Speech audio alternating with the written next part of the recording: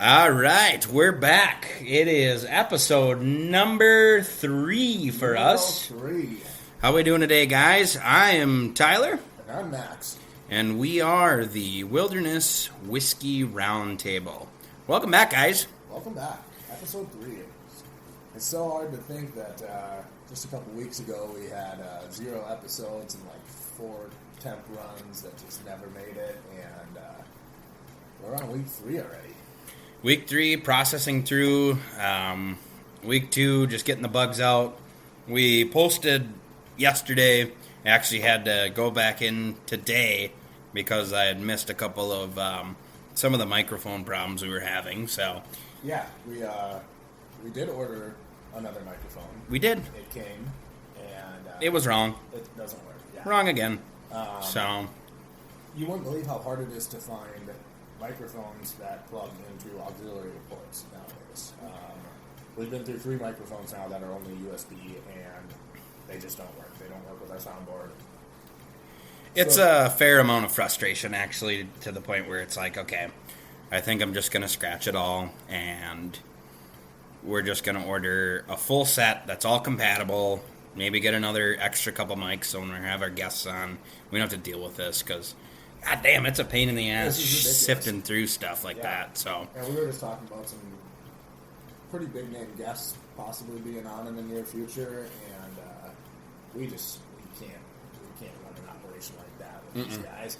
You know, it's not something we pride ourselves in ever, but we wanted to start somewhere. But it's at the point now where we just need to find something that works synonymous together, and we just can't piece it together anymore at this point. And it's not that we're, like, huge podcasters, No, but also to get to somewhere where you're big, you gotta sound good. you gotta take the right steps to actually get to where you want to be. That's like driving a Prius thinking you're driving a Lamborghini. Yeah, just ain't happening. We're in a Prius trying to get the Lamborghini results. Yeah. But I'm telling you what, you ain't going 0 to 60 in anything quicker than like 40 seconds. Yeah, it just ain't happening. No. The performance is just not up to what we would like to put out, regardless of the amount of viewers or anything that we have. It's just something where we pride ourselves in a little bit more than what we're actually able to do right now. Which that's going to change shortly. We're gonna spend the money for you guys. Yeah, Because we like you we like you very much. very much. What are we talking about today, big dog? I think we lead off with a little bit of weird weather we had yesterday. Oh, that sucked. God, if you're in Minnesota, probably in general, but southern Minnesota, we had some funky stuff going on yesterday. I've never actually seen a cold front legitimately move through the way this one did. That you could tangibly see. Yeah, we looked outside the store, and it looked like a wall. Mm-hmm. I mean, it was beautiful when I got up at 6 o'clock and got to work. Yep. And I stepped out at like 8:30, and it just, you could feel it. It felt eerie. It was just weird. And then you look out to the west, and Clear skies and sun. yeah, it was weird. Really, really funky. We got some snow. Well, it came from the west. That was my mistake. Correct, yes. Look out to Yeah. the east. Yeah. Look out to the west, you could see the storm or the cold front moving in. I don't want to sound like a complete dummy, Yeah, but weathermen, it doesn't even matter what you say. They actually got it right this time, though. It was weird. They called it at like 9 o'clock in our area, and sure as shit, pretty much almost on the nuts. It was rolling through. I took my daughter to daycare in the morning there, and I was pulling into Mankato, and because the sunrise was behind me, it was hitting the cloud line that was coming through, and it was just this wall of high-end clouds that you could tell was the front, and it looked like all of Mankato was on fire. Yeah. It was the most eerie, it literally looked like you were driving into the gates of hell. Yeah. I'm like, this is crazy. And yeah, we got some snow. It was really windy too. Yeah, wind and picked up out of nowhere. We hit single digits again. Mm-hmm. Which, obviously, if you've tuned into our last 2 episodes, it's been warm. I had my patio door open and was grilling out and in a t-shirt Yeah. 2 days ago. And now I'm like, oh, that's right. We're in February, and now February weather is here again. Yeah. Yeah. Which drives me a little bit bananas. Yeah. We just saw some reports that there were some people still fishing on Francis and German, I believe, were the two lakes. Which Francis honestly kind of doesn't even surprise me with how early that got ice on and how well it held up through the kind of inconsistencies we had. But like we said, we're well done. It's just weird that people are still doing that. And then you got people in boats on Madison Lake right now fishing. Yeah, and it's just wild. It's February. And we're talking, lakes that aren't even 10 miles apart. You got people open water fishing and you got people still ice fishing. Yeah, it's nuts. Lake Louise's wide open. I mean, there's some floating chunks of ice still, but it's basically wide open, and I can't help but think the wind that we had tore the rest of that apart. Oh, it has to be gone at this point, and that's where I'm not. No. We said we're done last week. Yeah, exactly. I'm not doing it. Yeah. We were actually talking about digging out the open water rods and venturing down to the river at some point this week. Yeah, we talked about doing it before the podcast here tonight, and we got kind of excited about it at work, and then we both stepped back outside, and we're like, oh. The fact that I'd have to dig out some of my ice fishing gear to stay warm to go open water fishing, that was... Oh, you put your bibs and everything away. Everything's away. See, I kept my bibs out because... Which is silly because I'm going to have to dig that out for Canada anyways, probably. Yeah, you dummy. Yeah. What were you thinking? I mean, it's just in the pantry, but it's all folded up nice and put away. So yeah, I don't put that stuff away until like the cold is gone. Yeah. Consistently. Yeah, that's smart. I mean, I'd still have some Carhartt bibs and stuff laying around, but I was going to dig out all the Eskimo stuff if I'm going to go out in single digits and fish the river. You know what we should talk about next week? Because I have no idea how to do it this week, and maybe you do. But cleaning your bibs and shit. Oh, no. We'll do some digging, because we probably should do that. Yeah. Mine go right in the pantry. Yeah. As they are. So I did that last year. Well, last year, because I hadn't really fished that much anyways, and I pulled them out of my vacuum seal bag this year, and I put them on, and they got wet one time, and as soon as they got wet, it was Elon Musk in that thing. That thing was stank. You got some stank on. Yikes, dude. Because I'm notorious for just wiping all the fish shit off on my pants. Yeah, and I mean, you're messing around with equipment, it's just, stuff gets dirty, stuff gets stinky. Yeah. You're walking a couple miles, you're sweating your balls off. But yeah. It probably needs to be done. I don't know if you can just throw them in the wash machine and it's proficient enough to actually do it. I don't know if it is either. I mean, if you turned them inside out, you could wash the insides, and I think you'd do a good job. But I know 2 years ago I actually tried it. I've got the FXR bibs. I took them off. I scrubbed them down really good. I think I just got a spray bottle with a little bit of Dawn in them or something. Or maybe I might even just put a little bit of clothes detergent. I don't remember.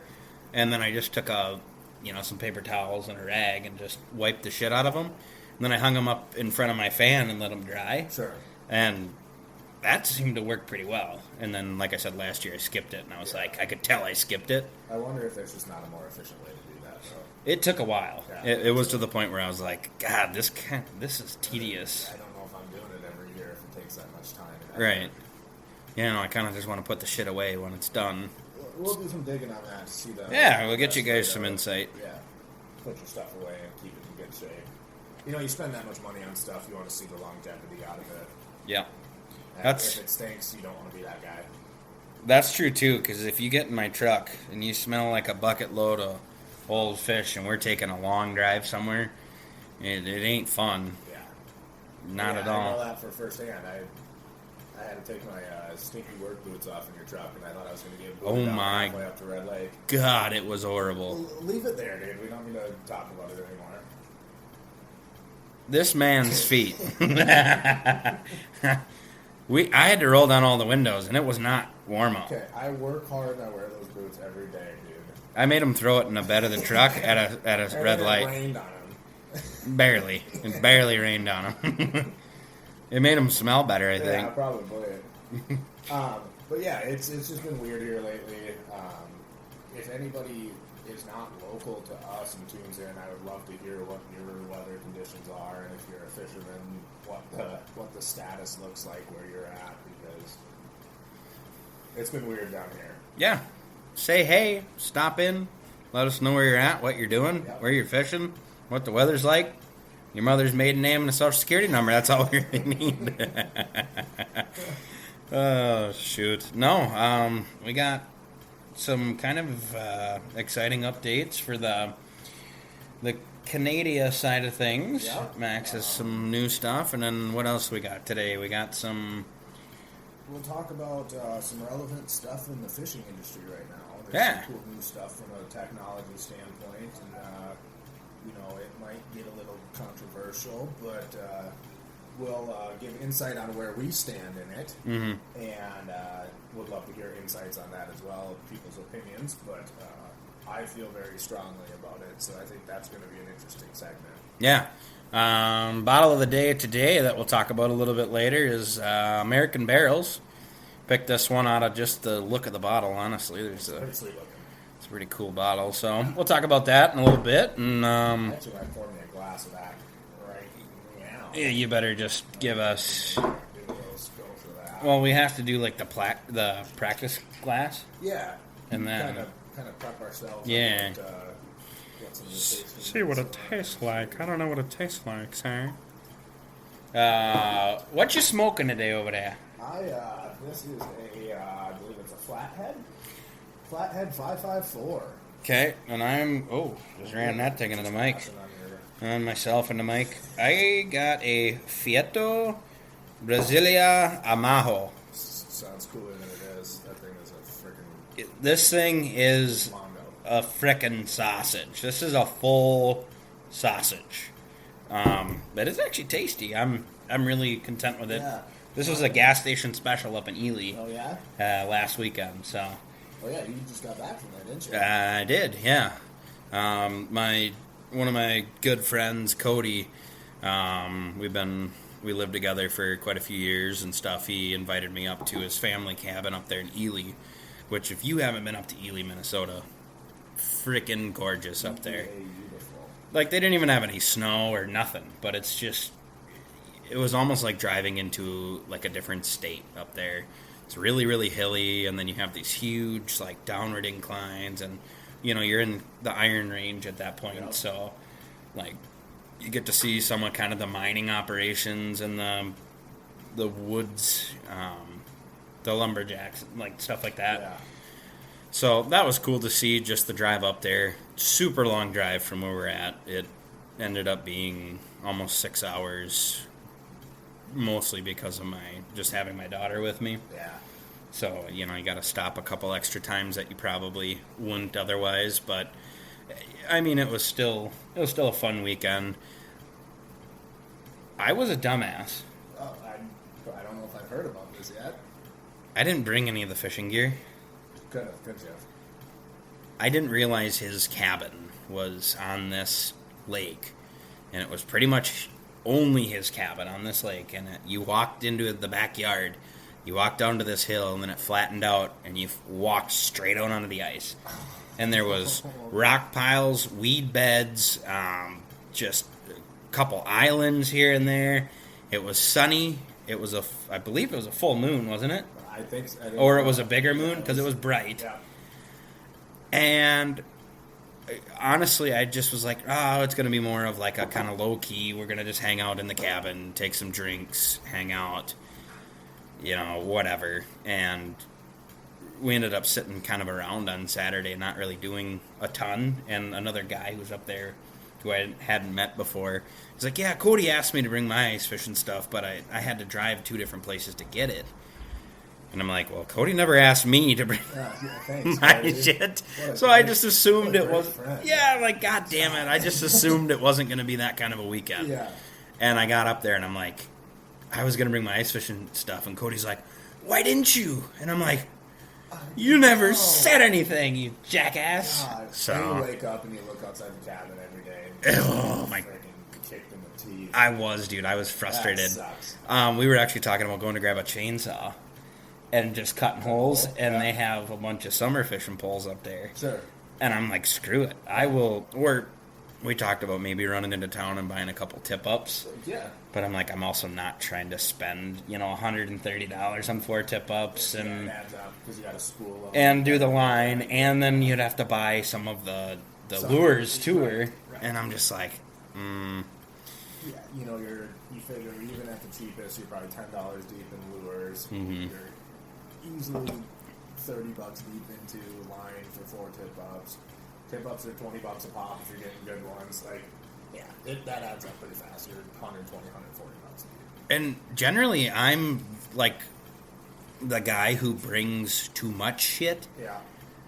but having to bring all of my daughter's stuff already had me kind of flustered a little bit. Like, I just had so much already, and I was starting to kind of feel a little overwhelmed with it. And then I was like, okay, I gotta go find all my ice fishing stuff, which isn't put away exactly yet. It's just not in my truck anymore. Yeah. So it's laying around my garage here. Yeah, you got the jumble of stuff here and there. And I'm like, okay, so now I gotta, what do I pack? How extensive do you want to be? Am I gonna pack my sled, my auger, obviously the auger, but my sled, my house, a little pop-up shit like that. Right. And then you're like, it just deterred me from doing it. I'm like, nope, we're probably not, nobody's gonna want to fish anyways. We're gonna go out and have a couple drinks, and and then I get up there and I'm like, why? Well, maybe that's a good note for next year is you always have a truck tip-up. Yeah, at least a tip up, and maybe just bring your frickin' auger with you. Worst case scenario, because that's what the guy's name is Blake that I met, and he's like, we could just sit in the house because they have a really nice deck. It's a deck that was attached to a sunroom, but that was still connected into the house and heated. So we could have just sat at the table and drank beer, played cards, and just watched out over our flags, and it would have been really fun day. Yeah, that's maybe the move. You get those round tip-ups that fit in the bucket. You always have 4 of them on hand. Yeah, just throw it in the back of the truck with your auger, and that don't take up too much room, I guess. And then throw your rod box in, big womp. Especially if we're gonna have weird years like this too, where maybe you don't want to spend the whole time on the ice, but it's relatively safe ice that you can get out on. Right. You feel comfortable chasing flags, but maybe not spending a bunch of time with a group of people around on the ice. Something cool is cool and scary kind of at the same time. I walked out there Friday night, first night I got up there, was just kind of checking the ice because Cody didn't really know, and I was kind of doing my little walk and shake thing. Because it was cold as shit up there. It was 0 degrees Friday when I got up there yet. So went out there, I felt safe, and I actually took a pee out there, and then I walked back in, and I was by myself. I went out there the next morning with Blake there, and I'm like, holy shit, look at these things. We walk over to him, and there's, footprints walking across the ice, and they had indented the snow, which we were walking, and Blake's a little bigger guy. Sure. He told me he was 260 pounds or something, and he wasn't indenting the snow that was there. And here's a bunch of big-ass, round indents. Fucking bear tracks, dude. It was crazy. And I've never seen a bear, in the wild, nor have I seen bear tracks in the wild. So, just being from down here, they're not around. Right. Not something you really worry about. So, after that, my butt puckered a little bit because it must have been that night that it walked through because they weren't there when I walked out there Friday night. Standing right next to you, dude. That's what I'm saying. So I was a little more vigilant. Saturday night, I went out to my truck to grab something, and I heard this large movement through the woods. So I slammed my truck door, and I kind of scurried into the house. Yeah, hey bear, whoa bear! I run inside, and Cody's like, "What?" I'm like, "I heard something in the woods." He's like, "It was probably a bear," and I'm like, "Yeah." I heard something in the woods. So I ran. Yeah, exactly. Oh, that's So. wild. Yeah. Fun trip. Would recommend. Definitely going back up there. So, Yeah. wish I would have fished, but oh well. Yeah. For next time. What's next? Should we go? We have camp stuff next on the list. Okay, let's hit up camping. So, Camping Canada. Camping Canada. Camping Canada. Yeah, so obviously we talked last Wednesday, and we had just signed off on everything. And that included us picking up all of the social media and website accounts that we wanted to add our little touch to. And me, relatively technologically inclined, I don't know how to write code. No. It confuses the hell out of me. CODE. Didn't learn that in school. That's how you write code. So the gentleman who made the website wrote it all in code from scratch. So I'm sitting here looking at this giant sheet of code and not understanding a lick of it. We tried to get him on a call, try to help me through it, and the call was 6 minutes, if that gives you any insight into how little I understand code, because that call was short-lived because there was no helping me there. So I just built it from scratch. I built it from scratch with a website builder. We just gutted it and 180'd it, and I wanted to get it up as fast as possible. So I think I put 36 hours in Friday through Sunday to get Yikes. the website and the booking site live. And it's live. So, LakeStJoseph.com. Check it out. Let me know what you think. I'm sure there's probably somebody who would have built it a whole heck of a lot better, but we did it for free with a little bit of my time. And Who'd you go through for a website builder, if I can ask? it was actually, so they had a Yahoo account, Yahoo Small Business ran small business website. It actually got switched over to Turbify now. So it was turbify.com, and they thankfully had a website builder tool built in there, or smarter people than me can write it in code if they wanted to. So we were able to piece it together, and it's looking pretty good. We have the booking site live on there as well, so you can book direct from the website. You can definitely still call or email, and we can get you booked up too. But all that stuff is live now, so that was a big breath of fresh air. That was a daunting task that was lingering over our heads for a while, just trying to get that stuff refreshed and get some of the information updated on there. And that's done now, thankfully. So now we're kind of focusing on just getting stuff packed. That laser engraver's running nonstop out there right now, and we're making some pretty cool stuff out there. That's pretty fun to learn. That thing is really awesome. I'd never, I've seen them online and stuff, so you get the gist of it, but seeing it up close and in person, it's actually kind of an amazing little tool, what that thing can rip out. And really not that complicated to learn. I think the sizing thing and getting everything centered is probably the most complicated part about it. We built a table for it with some grid lines and stuff like that makes it a lot easier. And then we ran internet out to the shop out there, so now we can not run back and forth when we're designing stuff. But we made flasks. We have some pretty cool plaques designed. We went with some wooden business cards too, with some QR codes and stuff like that. It's pretty cool what we can do. We got a lot of stuff that we're working on out there. Some leather patches are next on the list, but just stuff that's either stuff that makes life easier as far as finding us, or posting your pictures, stuff like that, to memorabilia, to stuff that we might sell in the shop. Stuff like that is pretty cool. I think you were talking about earlier that if we hit 1 million followers, that you were going to get a laser engraved tattoo. Yeah, which we're really, really close, so probably the next 1 or 2 followers will episode 3 hit 1 million. Yeah. So no, let's just race to get Max a laser engraved tattoo, because it's going to be hilarious to watch. I was And talking, a full sleeve of probably all 3 of our brands. yeah, Logos up my brand. up the arm. I think I'd just rather get a tattoo probably, but if we hit 1 million, I'll get a laser engraved tattoo. I tell you what, I'll match you. We hit 1 million viewers, I'll get a normal tattoo. I paused for the sake of I thought about what that meant, because if you watch that thing, oh, it's just it's a 30-minute burn. it looks terrifying. Yeah. Do we have to get the logo, or can we just get something like our name or something? I don't. You get my name, I'll get yours. Yeah, I'll put it on my ass cheek. how's that? Yikes.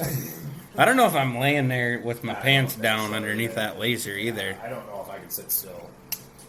I think I'd rather get a brand, like a fire, brand. Oh, 100%. before I would rather Because it's one and done. You're not you talking. just gotta eat it for 15 seconds.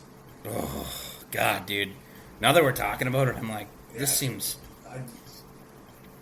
If we ever hit 999,999, I hope nobody else subscribes to this.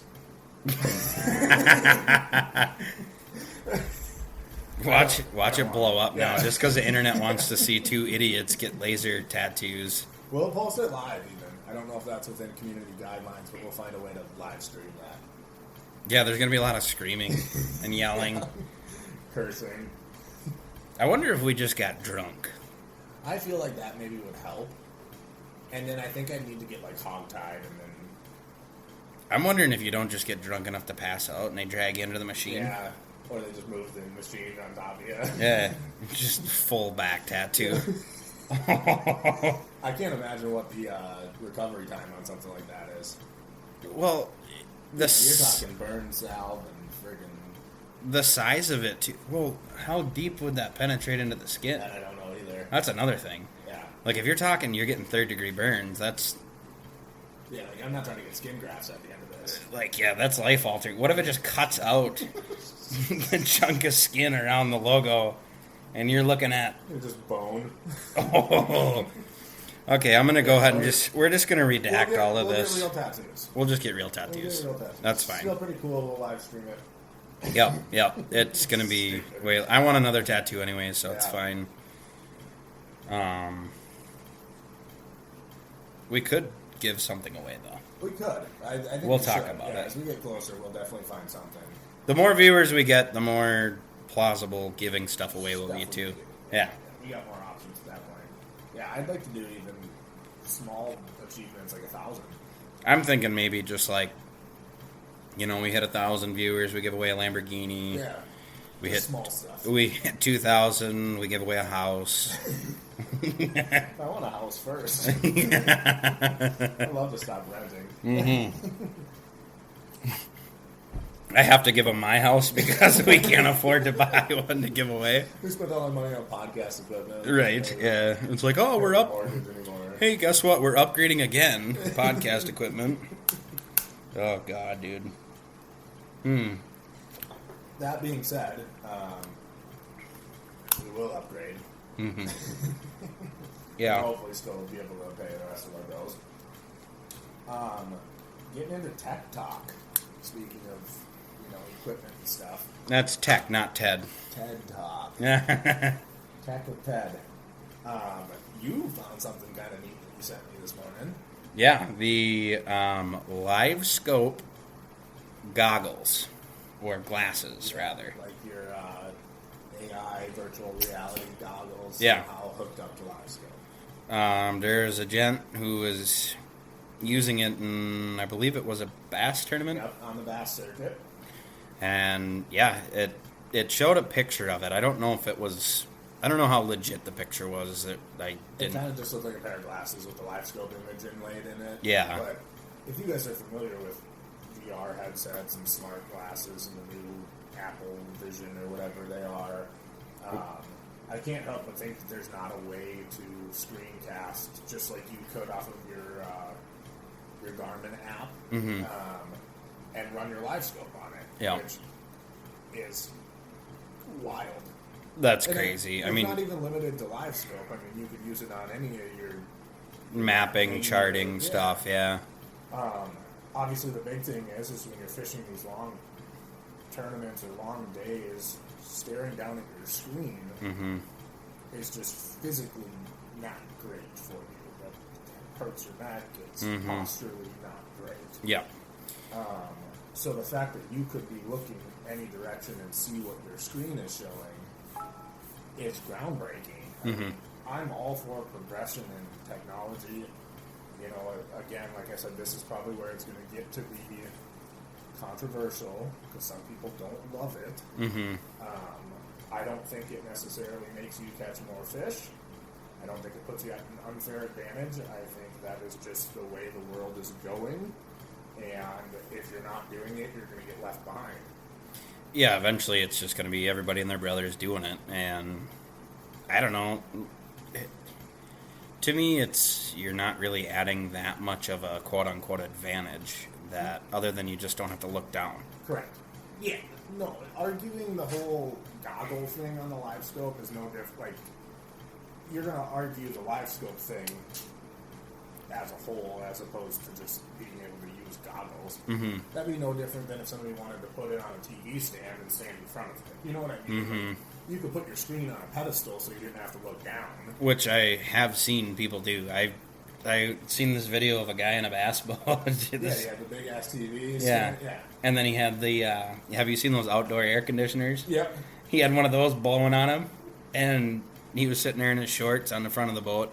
Had the big air conditioner, probably a solid 55-inch TV set up to his live I scope. think he ended up nuking a jig right into that screen and cracking it too. Really? Well, you think that's a massive screen in the way. Like, Yeah, you're. obviously, that would be complicating to try to fish around. I can't help but think like just tripping at some point, yeah. and you just run your foot through it, Yeah. get electrocuted. I want to see how he was powering it too, because it didn't show that. I'm imagining it would have been a generator of some sort. Well, they make those 12-volt TVs now that you can run. Oh, really? Yeah, yeah. Huh. Like your camper-style TVs and stuff like that, they're all 12-volt. That's what a lot of people are taking into their portable ice fishing things too, and powering it off of Oh, you know what? I did see that with old Clayton. Clayton. Yep. I think it was Ship. Clayton. Yeah. Yep. I think he had one. Maybe I'm wrong. We watch so many frickin' videos throughout you the see day. These guys bring out these TVs in their ice camping videos and stuff like that. Their pop-up shelters. It's definitely doable. But there is a brand now that actually makes a full touchscreen, large screen that people are opting to run all their electronics to, and it's technically more cost-effective than running 2, 3, 4 screens up front because you can just do split view. Yep. And it's a big enough screen where you just divide it in 4 and look at what you would normally look at on 4 screens, essentially for the cost of one. It's Well, kind of cool. And even with your Garmin that you got, we've gotten fairly proficient fishing 3 people. You, me, and your wife, Yep. Dano, and honestly, you could probably fit, I'd say, solid another 2 people on Yeah, it. one more on each side probably. Yeah. If you get your live scope lined up right and get everything drilled in a line, I think if you were in forward mode, you could probably see it on. You could probably see all the jigs on there for sure. Do we think forward-facing sonar is a bad thing? That's the hot topic in fishing right now. I'm indifferent about it because the advantage it does give you, I mean, there is an advantage of, especially the live scope, the fact that, I mean, you and I have done it. We go pick apart our lakes for crappies, Yeah. and we're able to literally follow the schools around. Yeah. Whereas when you're dealing with your Vexilar, stuff like that, you know, it's more kind of plug and chug. You drill a hole, you check the hole, you fish it, you move on. Drill a hole, you know, and Yeah. And it's not an advantage in finding fish because you could still find the fish. It's saving you time and effort. Because you could go out and drill 100 holes, drop your backside down every one of them, find and follow the schools all the same. You just can do it in a more timely manner now. I think it becomes a problem when people start like if everybody starts to get one, which we're going to hit that point eventually, you know, Prices as are going down on them, they're becoming more affordable. right, and as older models are becoming older models, people are, you know, selling those off on your marketplace and stuff like that, and so people are able to scoop them up, and that's when I think we're going to start running into problems. Is people are going to start overfishing, especially our lakes around here. Yeah. Now, I don't think that's necessary. It's going to be a real thing, but I don't mind it because I like the challenge. If fishing gets equally as hard for every angler because they have the same advantages, quote unquote, it just forces you to be better than the next person who has the same tools. Do you think you ever hit a point though where you're out there and now nobody's catching anything because it's, I mean, we've seen it before in years past. I mean, this year obviously not. We're looking at a pretty good open water fishing year, I think, because we didn't have any pressured fish this year. There wasn't a ton of people fishing our lakes down here. I But think at the end of the day, fish have to eat, Mm-hmm. and it's going to be the angler's job to figure out how it can either look more real, do something different. Mhm. You have to go more finesse style. You know, I think there's going to be a way that they're still going to bite because they have to eat. Mm-hmm. It's just, you know, do we run into the issue where they've been piss pounded in the typical spots and they move out? Is it they see the same spoons, jigs, baits over and And over just get again? more You have to finicky. Use something different. Mhm. I think we're going to see advancements in fishing lures because of that. I mean, we already kind of have. Uh-huh. I mean, And I just think- in my years of, especially ice fishing, you watch these. You know, there used to be like a Fleet Farm is a good example. You know, Fleet Farm had one aisle of ice fishing stuff, and that was kind of your normal. And that's an aisle of everything. That's Yeah. There's an aisle for baits. That's an aisle for tip hooks, rods, Yeah. line. Like, it was just one and done. Yep, And now you have a whole aisle of just baits. yep, and that's where. Double-sided, top to bottom. And they're continuing to like this one now, this one now. Even like clam, what was this year's launch? It was the Tikka Flash. Tikka Flash, Yep. and we used the crap out of those this year because actually they were really successful. Yep. And I'd like to see better hooks on them. That's my one. yeah, the trebles on them are awful. I caught one fish on it, and the first fish I caught, one of the trebles broke off, Yep. and it wasn't. Down to 2 hooks. We're talking a crappie. We're not talking a mondo. Nothing. It was just Nothing putting up a big fight or anything like that. No. It just seems even like getting a toothpick in there and popping the hook out with breaking.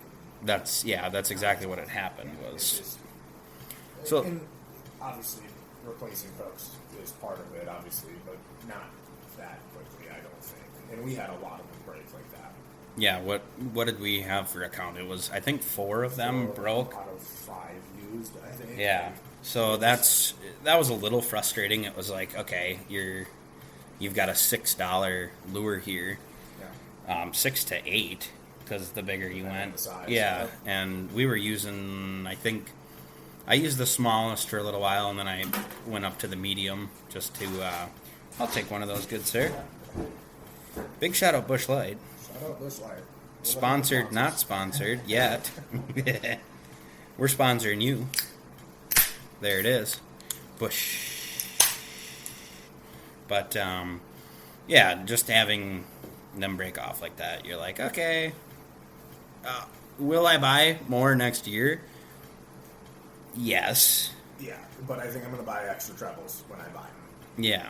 which Which, is kind of unfortunate. I guess from a marketing standpoint, you're technically buying more shit, so sure. But be friendly to the people buying your shit, because if it happens next year, I don't know. Yeah, and it was a first-year product, too, so I Mhm. want to give them the benefit of the doubt. Mhm. Really good stuff, not to knock them. Like, No, because, Jesus, I mean, look at our tackle boxes. yeah. And Um, I'm big on clam. I'm very brand-oriented a lot of times, and I see really good successful stuff, and I stick with them. But, yeah, that's one thing I'd like to see improved upon, for sure. But that's exactly it. You know, we're going to see it across the board. We're going to see fishermen get better. We're going to see improvements when it comes to new ideas, better ways to do things. I think it's just going to keep accelerating the industry, which I Mhm. think is great for the industry. Right.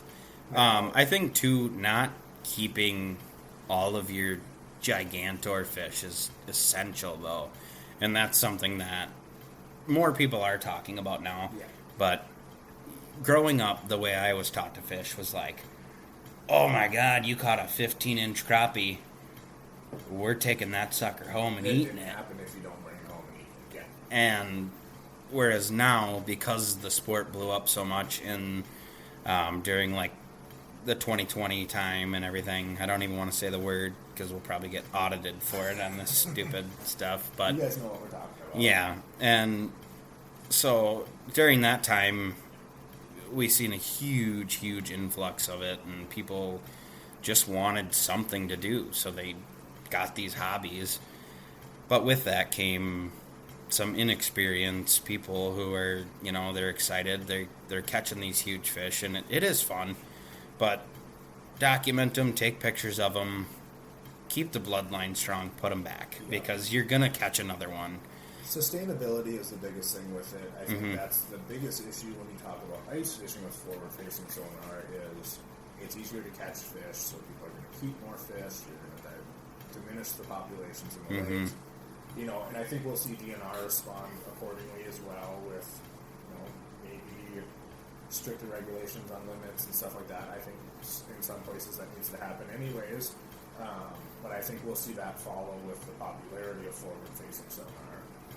I think it'd be fun too, just to kind of pick the brain of somebody in the field, you know, Yeah. DNR officer or something, just see what their take is on exactly that, because it is going to become an issue if it already hasn't started to be. And I mean, we've seen it up on Red when we went up there. You know, the crappie boom is back, is what we heard, Yeah. but we didn't see a crappie. Yeah. And so you just, I don't know, just being conscious of, like, okay, I really like, especially if it's your lake. Oh, yeah, and it shouldn't be that taken to every lake, but especially if it's a hometown body where you're like, I want to see my kids and my grandkids be able to fish this to the fullest potential. It's, at the end of the day, it's more of a personal choice, not a technological choice. It's great to get a 16-inch fillet, and you don't have to throw them all back. But you also probably shouldn't limit out on all 16 inchers either. I mean, and again, it sounds like, oh, you're telling me how to fish, and I get that, because a few years ago, before I really understood, you know, what it meant to actively keep your lake populated, and like understanding how stocking works and understanding, you know, more of that type of stuff, I would have said the same thing. Like, what do you mean I can't keep this fish? It's such a nice fish, and it's going to eat good, or it's going to look good on my wall. Yes, I understand that portion of it as well, but keeping a bucket full of them now, to me, is like, it feels kind of almost unsportsmanlike, just because I know if I put them back, I will come back here next year, and I'm going to catch those again. Yeah, and it might be bigger. Right. Maybe you have 100%. another cool story to share. Plus, they got little babies that they're making with that good genetic line that are going to give you those big stump-headed frickin' crappies that you're like, whoa! You know, you're The ones screaming that to are your as buddies. tall as they are long. Exactly.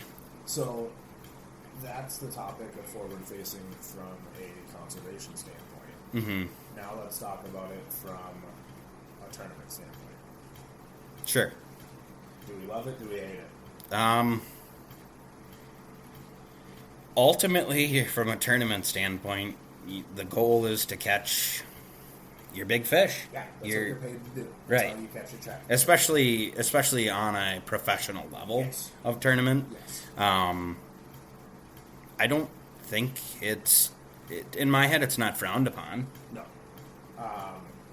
I think the ultimate flack that we're getting back from that is it's boring. Mm-hmm. And I think at the end of the day, one, you're sitting, if you're the consumer at home, you're sitting watching a guy fish from a boat. Mm-hmm. Whether he's looking down or whether he's looking up out at the lake, you're still waiting for him to get bit. You're not seeing any more or less action until that fish bites. Mm-hmm.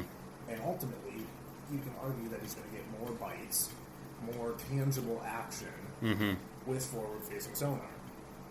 Which makes it more interesting, which ultimately fuels more views, more, so they can do it more. Like, the more people interested in it.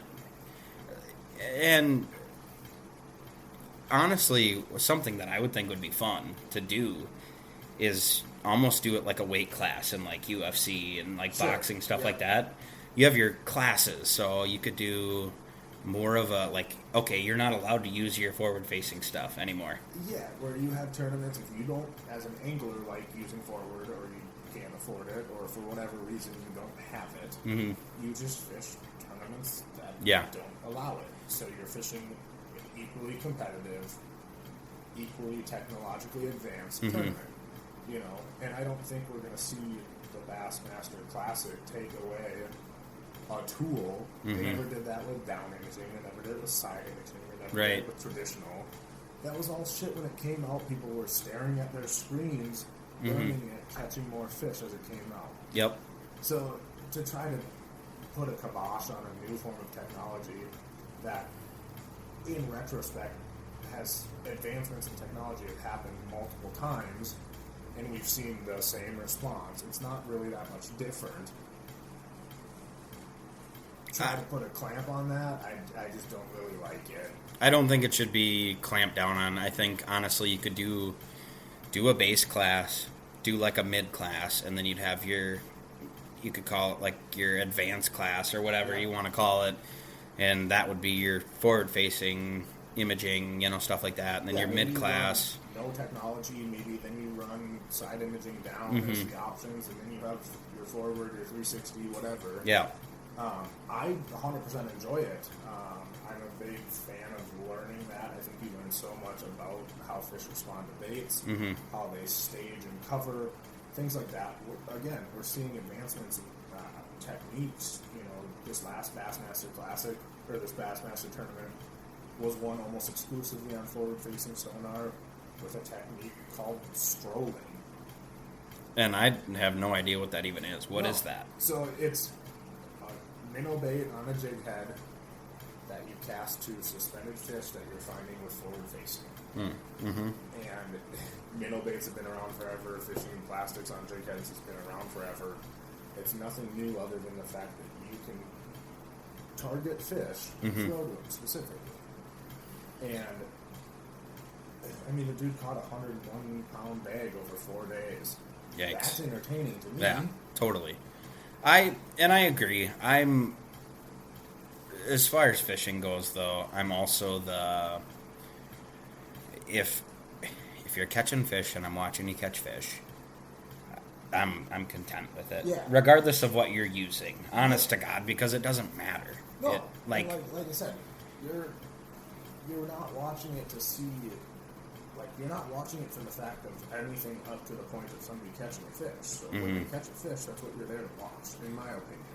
Something that we talked about and we did on Red, though, that I think is, as far as ice fishing specific, because it is more to that, but I think you can utilize it the same way on an open water.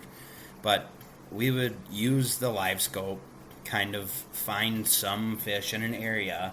We'd drill around us, and then we'd run around with the Vexilar to the different holes and kind of do it that way. So we're using our tools, not just, okay, we're predominantly in the live scope, we're only going to use the live scope.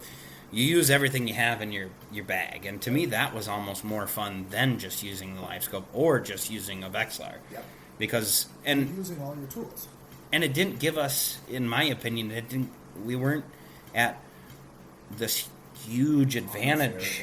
No, it didn't gain us that much more. It honestly, it's kind of a filler. It's giving you more to do while you're fishing. Correct. And that makes it fun to me. And it's providing more information to learn. Exactly. People who like learning about what we're doing. And you'll see that in open water too, where people will scout with it. They'll look for weed lines, vegetation, maybe fish on a rock point or something like that. And then use their other down imaging, side imaging, 360, blind casting in areas that are similar.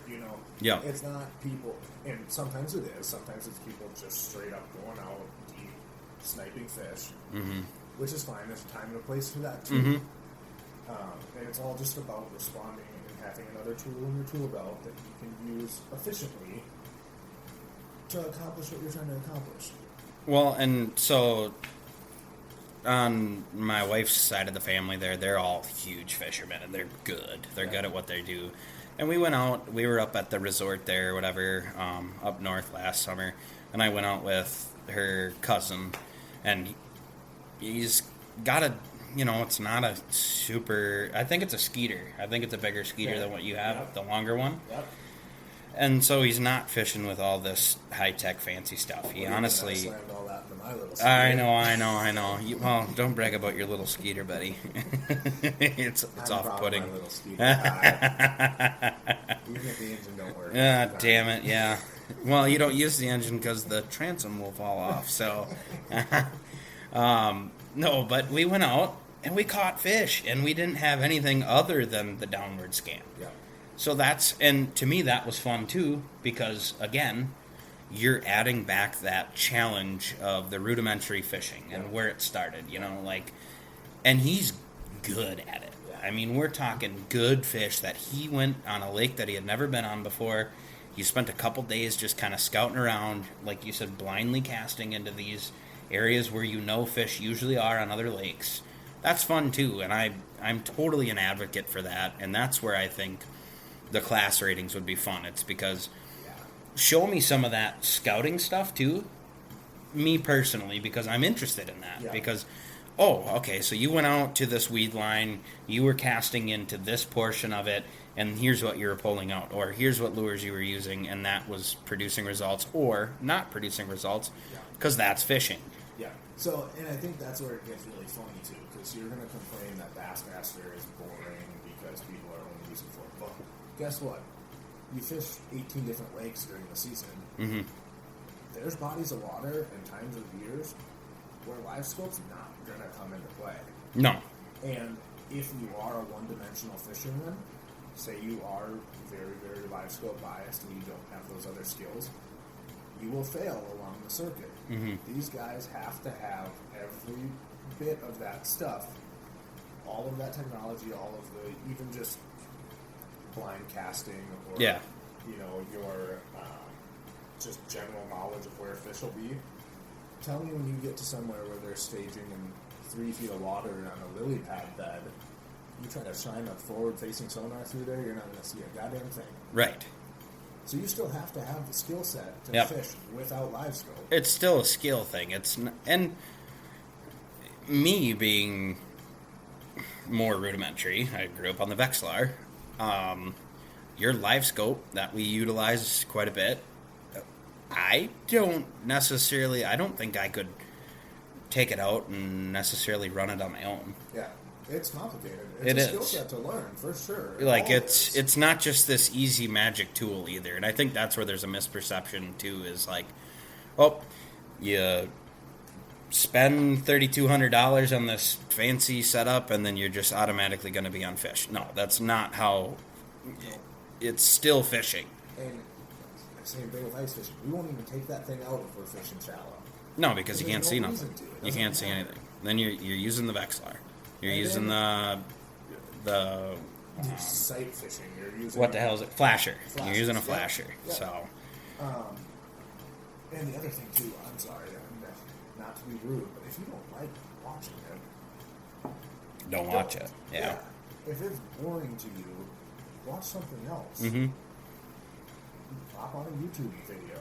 Watch the team circuit. They Mm-hmm. have other tournaments and stuff like that that are more engaging and more action. If you want to see something different, go watch it. You actually turned me on to the team circuits, and I will say that's a ton of fun to It's watch. so cool. It's But the awesome. thing is, those guys are using live scope too.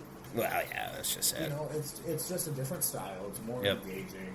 If you want to see more action than just one guy trying to go catch fish and win a tournament, go watch something like that. Mm-hmm. Or Yeah. get off the couch and go fish yourself. You know what I mean? Yeah, no, exactly. That's something too, is just don't be the couch critic. That's the Yeah. same thing as any sport, though. I mean, you're playing football. He doesn't make the touchdown, and you're the guy eating Cheetos, screaming at the right. Which I've been there. I'm that guy. I'm there. Just throw that ball better. Right. No. And I encourage you to, if you haven't tried live scope,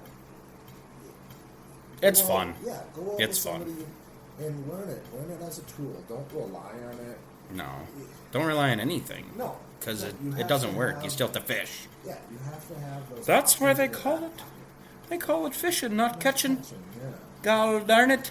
That annoying thing that everybody says. But it's true. It It's is. so true. And that's what makes it fun, is Yeah. because, yes, I go out there and I've been skunked so many freaking times and I hadn't seen a fish, been on a fish. I drilled 300 holes in a day on Madison Lake one day, and it was just dead. It happens. I'm And sorry. Are you, as a butcher, going to go to work with a butter knife? that's just it. Are you, as an accountant, going to go to work with a box computer with a dial-up connection? Right. No. Like, these people are professionals, Mm-hmm. and They need to use Yeah. whatever tools available to do their job in the most efficient way possible. It just is how it is, and you know what? If you can afford it, you can afford it.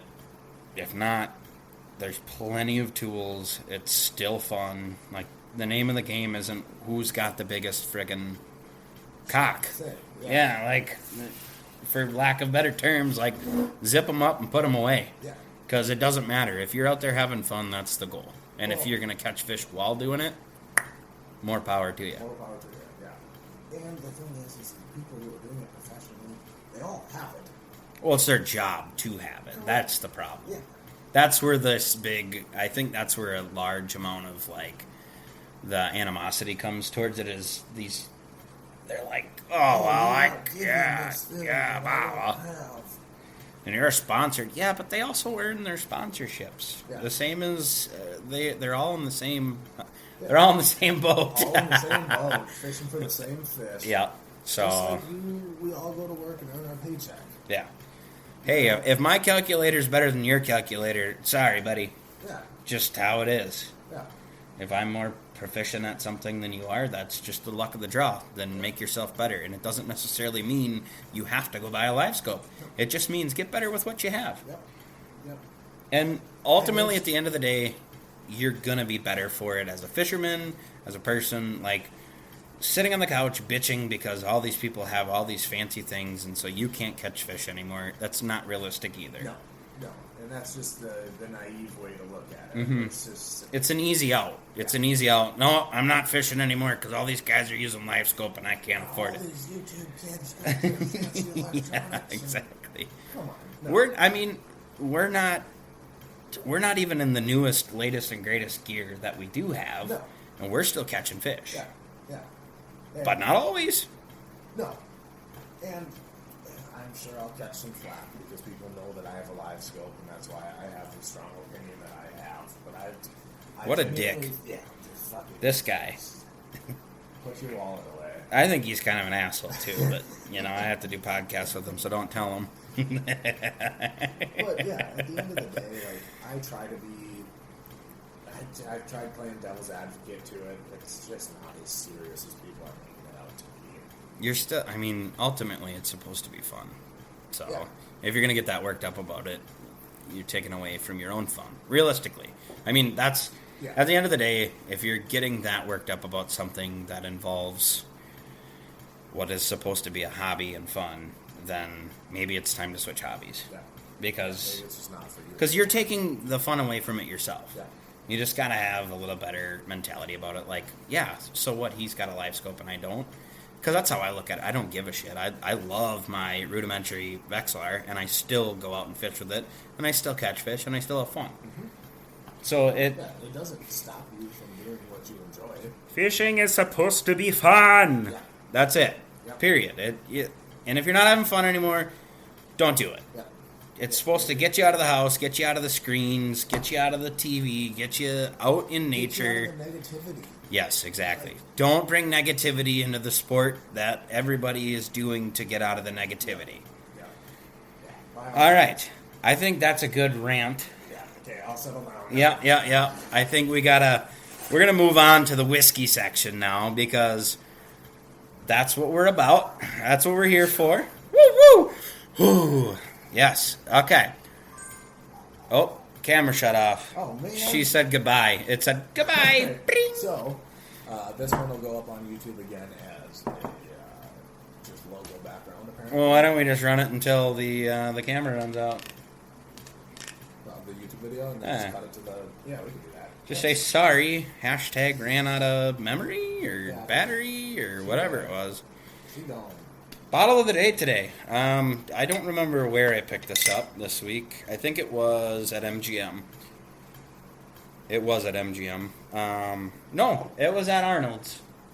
Arnold's Liquor here in town in Janesville. The old Canadian Yeah. Canadian boss man. Big Canadian guy. We're looking at American Barrels Kentucky Bourbon here. Really cool bottle. Kind of got the ribbed edges along the sides, and then a clear glass snake that wraps up and around to the top.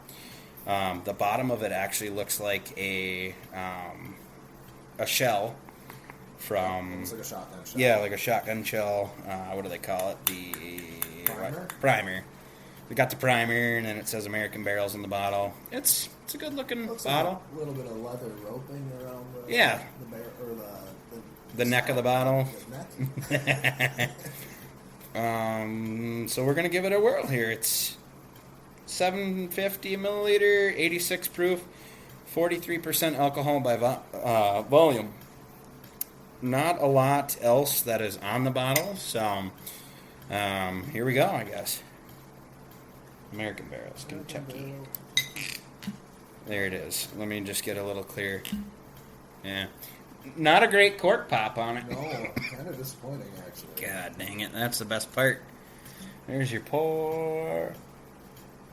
Thanks, buddy. I'll give you a little more. Oh. That ain't fair. Smells good. Alright.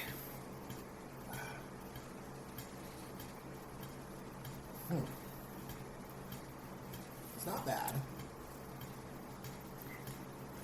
So, Cody, my buddy, Yep. he's a bartender for a long time, said the way to taste whiskey, and I don't know if this is true or not, but said you gotta chew on it. No. With it in your mouth. He gave me strict instructions in Ely. So you chew on it. Doing nothing for me. You chew on it till your tongue gets spicy, he said. Yep. And then you take another sip. You chew it again? Normal sippage. I'm... Interesting. Yeah, That's weird. It's That's weird that it really works. weird. I don't like that. It kind of sucks, in a way. It's really hot. It does. When you chew it, it gets hot. Yeah. It's weird. So, right off the bat, though, I got kind of a citrusy taste. Okay. I picked that up at the end. Okay. At the end, I'm picking more up of the little bit of the heat and a caramely, just a hint of caramel though. It's not super sweet, but there's something sweet in it. Maybe some fruit. I'm getting some woody notes, like some oak. Mm-hmm. Not picking up on the buzz. The buzz. Well, you said woody. I don't. To infinity and Yeah, beyond. to infinity and beyond, baby. No, Oh, you said you had a woody. Put not. that thing away. Yeah, god damn it! What are you doing? Two dudes in a garage. It's gonna be the next 2 in 1 cup. 2 dudes, 1 garage. 2 dudes, 1 garage, baby. All right, let's see. Let's see what they're talking about on here. A formal review. I do get the woody, smoky, just a little bit of smoke though. Yeah, Not your. It's subtle. It's Yeah. not- I think it's more like raw wood than it is smoky. I mean, there's smokiness, but it's not like you're super smoky. No, because that, not last week's bottle, but the week before, that Wartell, I think it is. Yeah. That's got a little more of that That's smoke to smoky, it. Yeah. So this says aroma, caramel, vanilla, praline. What the hell's praline? I believe that's a nut Okay. with oaky undertones. I taste the nuts. These nuts. Flavor is soothing and warm with subtle cocoa. I didn't pick up on the cocoa, I don't think. No cocoa out of that. Cacao. Cocoa. Finish is smooth, crisp, with citrus. I do taste the We citrus. got the citrus. And we got the caramel. We did. And we got the oak. Yep. I didn't pick up vanilla. I don't know what the hell the praline is.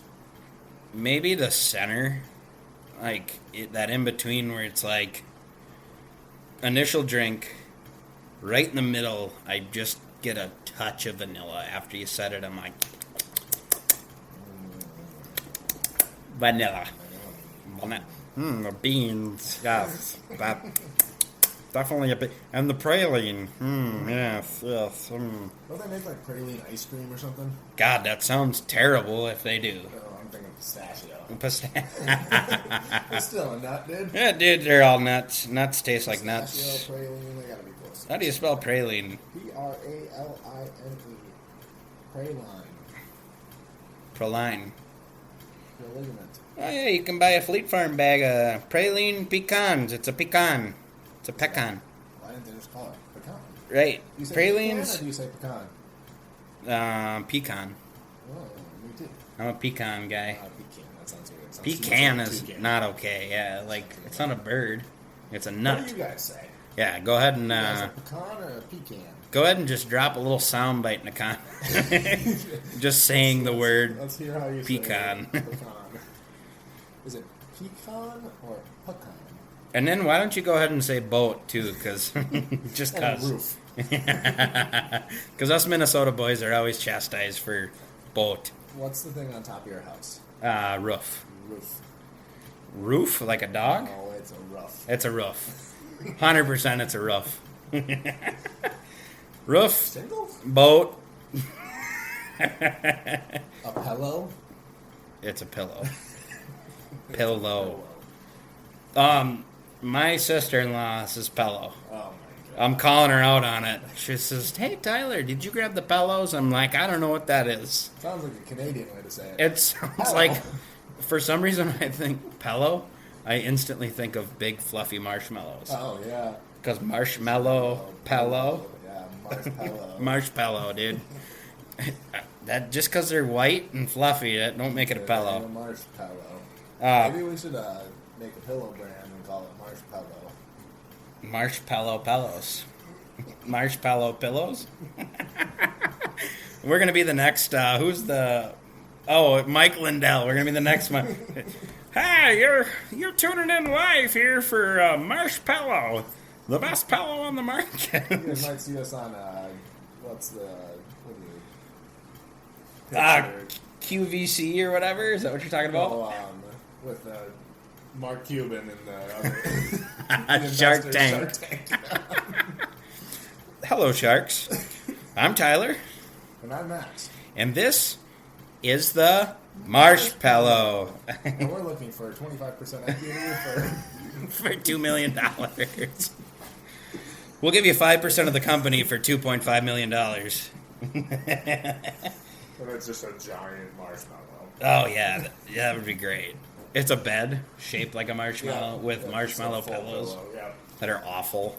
Oh god. Pralines are confections containing nuts, usually almonds, pecans, and hazelnut. What's a Pecans. I don't know. Is that a baked thing? This picture is, yeah, it's like baked in Oh, it's like nut the and like pecan caramel. thing. Yeah. Oh. And that's, yeah, no, that's what it is. Original praline classic box. So there's notes of essentially, Caramel and pecans. yeah, Pecans. which Oh, I said it weird. I know I said it weird too when I said it. I'm like, Hated that. pecan. Pecan. Pecan do it. That's our American Barrel tasting. That's big enough to stray away from the mix. So. Yeah, no, I think it's a solid bottle. I'm thinking this seems like a good spot to wrap her up, buddy. What are you thinking? Yeah, I think we covered everything we want to. Sorry, I got a little heated on the forward-facing sonar topic, but feel pretty strongly about that. Obviously, I guess didn't even know it. Passionate guys doing the passionate thing. We just love what we love. Yeah, Can't help it. exactly. Who are you to judge what I love? Yeah, shut up with your judgments. Yeah. No, we really appreciate you guys coming out this week, listening in to us. Next week, as we go on, we're going to just continue to kind of talk about some Canada stuff, get you guys as much information as we can. We'll definitely start posting some links. Yep. Get you guys involved with this and try and get some more reservations. Come up and see us. I'm going to make it a point actually to get up there pretty Hopefully a quickly. handful of times. Yeah. And just get a feel for it too. So we've got a good amount to talk about, and obviously turkey hunting is right around the corner. It's I don't know coming why I up. struggled with that word, It's but coming up. Yeah. And I think we'll make a point to get out open water fishing a couple times this week before our next episode. yeah, we'll talk about it, and we'll find our next bottle. And until then, cheers. Yeah. Appreciate you guys. Thanks for tuning in. Catch you on the next one. week. Yeah.